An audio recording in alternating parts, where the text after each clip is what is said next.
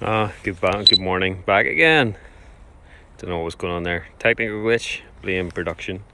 Anyway, just back in this little spot, just finishing off. Just wanted to show you really some of the photos and how I'm doing it this morning, because we've really got a change in the light in terms of the foreground lighting up. So a couple of weeks ago, I did some stuff around this area. I really like this area. I like how it catches the light. I like how it's not massive amounts of hills around here or anything, but I like how they catch the sun coming up. You can just see it to the right of the frame.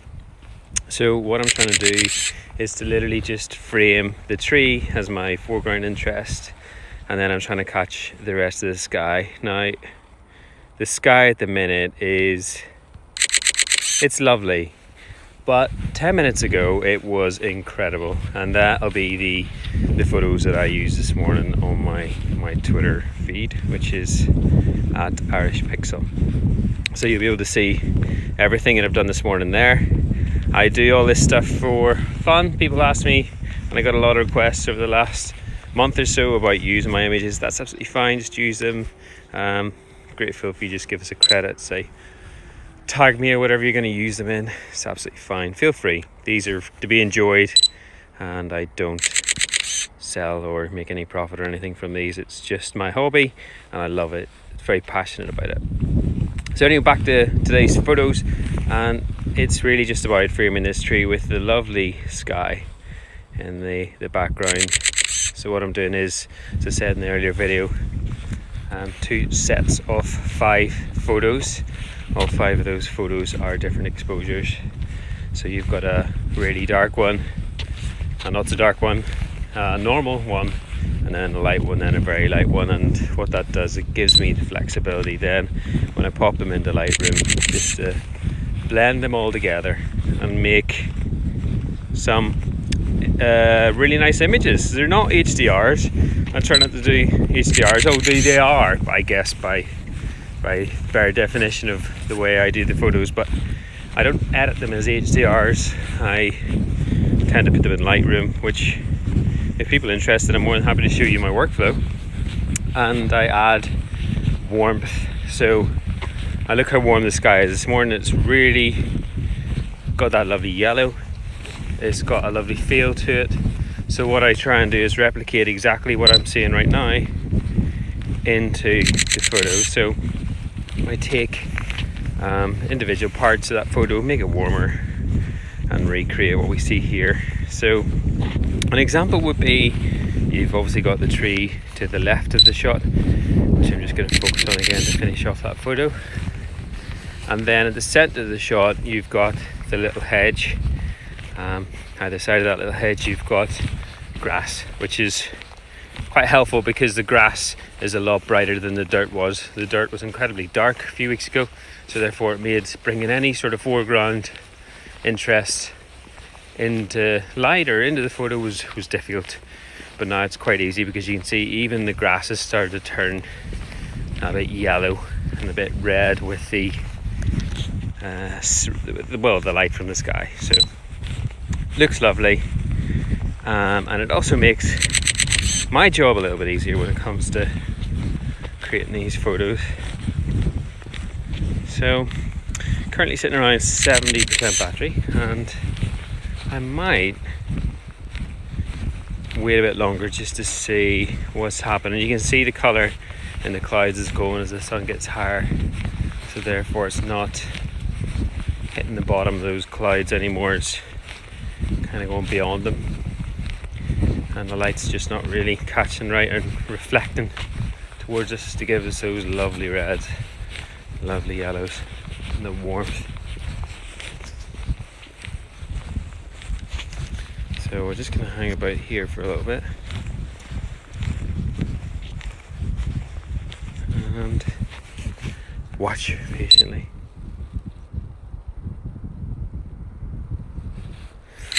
So yeah, this is one of my favourite spots. It's one of my favourite trees. I know I said it before, but absolutely love it. I like the fact that nobody else really has access to this tree. And I know it sounds odd, but you can't walk to it without going across a lot of crop, and knowing the farmer. I know the farmers in this area. They're really great guys, and they let me work over the fields. When I say work, I mean take photos and stuff like that. But it means that by using a drone for this, of course it's in line for a normal digital SLR. There's nothing special about the height or angle. The only thing that's different, and why I really like to use the drone for this sort of photography, is quite simply I can get places that I would really struggle to get to otherwise. So let me just show you. Actually, if I turn around here, you'll see what I mean.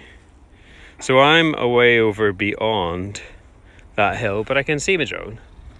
And if you turn around and look at this, I'm just going to show you this because this is really cool. That's the moon this morning.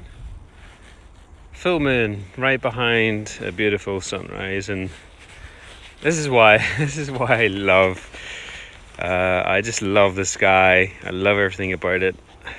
We always get something different every day, cloud formation, or it's just incredible. Yeah, anyway, so as I was saying, the benefits of having a drone are really simply that I can get over there without problem, without getting soaked, without getting dirty, without dragging loads of gear across. Literally just hook my drone up when I sort of see the sky going really good. And this morning it started to go good about 6:45. Of course, next week that's going to be 5:45 once daylight saving kicks in here, which is great. I'd much rather be out earlier, to be honest. So you can see the sky really starting to change now in terms of its depth. So you got the bigger highlights starting to come out now. The yellows aren't as extreme anymore. Got a tiny bit of mist this morning, low level mist. So really feel the cold. I can feel, you can see condensation, and it's definitely starting to change. I know they're predicting quite a cold flood coming down from the north this weekend, but hopefully that should make for some really interesting pictures. I mean, I'm quite excited to see if we get some frost down here, but I think South Cambridge, that's where I am. I think it's going to be just a little bit on the warmer side. When I say warm, it's going to be pretty darn cold, but I think it's going to be not cold enough for some snow. We also talk about ocean temperatures and stuff around the coast and potential for thunderstorms, snow thunder. That'll be fun. I'm sure everybody up north will have a lovely time while we're down here getting soaked and taking some of the most boring photos ever in the rain.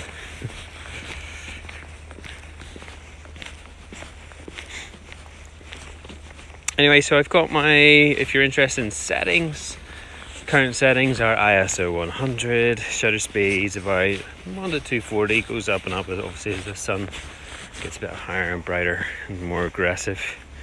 And I tend to underexpose by about minus 0.7, which means that I'll show you if you're kind of not really technically into it. So if I turn exposure up, that's normal, so that's how a normal photo would look there, but I tend to push it back a bit to make it slightly darker.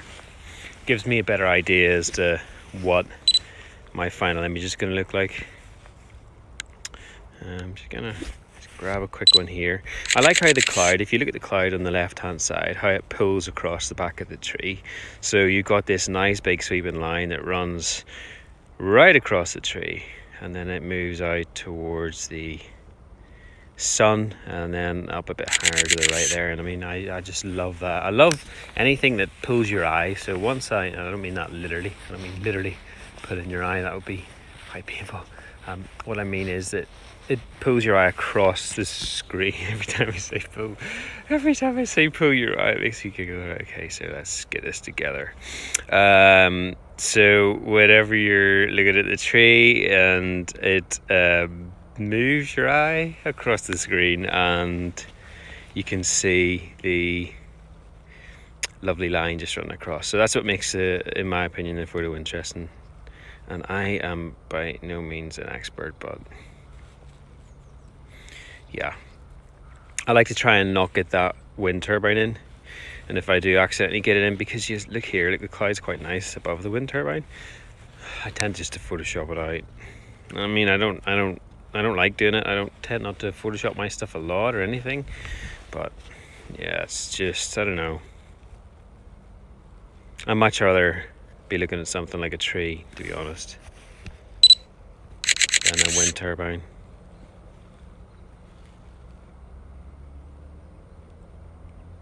So, jump back across there. Yeah, look, it's gonna be in it. I kind of farts. I just have to get rid of it. So I'm running down to 46% battery. Drone is gonna want to come home soon. I've run this little stream for 10 minutes. Really just wanted to show you how to do it, guys and girls, and thank you very much. As said earlier, you can follow me if you like. Want to see the final images? I'll be on Twitter maybe in an hour once I get a coffee, get my hands warmed up. It is pretty damn cold, and my Twitter handle tag name is @IrishPixel, so it's Gareth and then it's @IrishPixel. So time to bring this drone home, time for me to head back and get a coffee. Might try and grab the sunrise with my camera. I know some of the people that follow me on Twitter really like the DSLR stuff, the digital camera stuff, and I still do that. I just like to do both. So have a great day, have a really peaceful day, and I am returning home. Go home.